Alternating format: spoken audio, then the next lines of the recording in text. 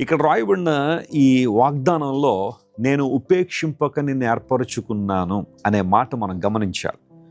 నీవు నేను ఎవరి ఏర్పాటులో ఉన్నాం? దేవుని ఏర్పాటులో ఉన్నాం.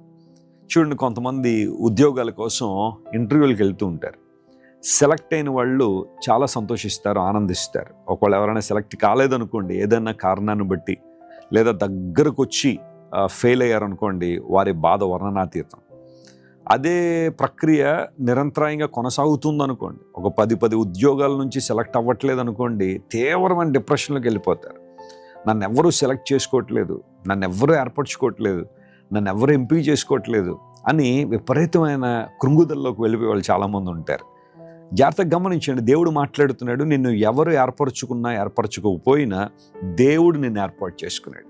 ఉపేక్షింపలేదట, ఆయన మనల్ని విడిచిపెట్టలేదు, ఆయన మనల్ని రిజెక్ట్ చేయలేదు, మనల్ని డిస్పైజ్ చేయలేదు. ఆయన వాస్తవానికి మన పాపాన్ని బట్టి, మన అతిక్రమ క్రియలను బట్టి, మన దౌర్భాగ్య స్థితిని బట్టి మనం ఉపేక్షింపబడాలి లేదా విడిచిపెట్టబడాలి. కానీ దేవుడు మనల్ని ఏర్పాటు చేసుకున్నాడు. ఆయన ఎంపిక చాలా గొప్పది.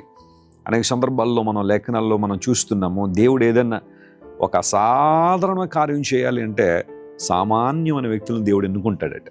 అది ఆయన యొక్క నైజము, ఆయన యొక్క స్వభావం. When God wants to do something extraordinary, He chooses ordinary things and ordinary people.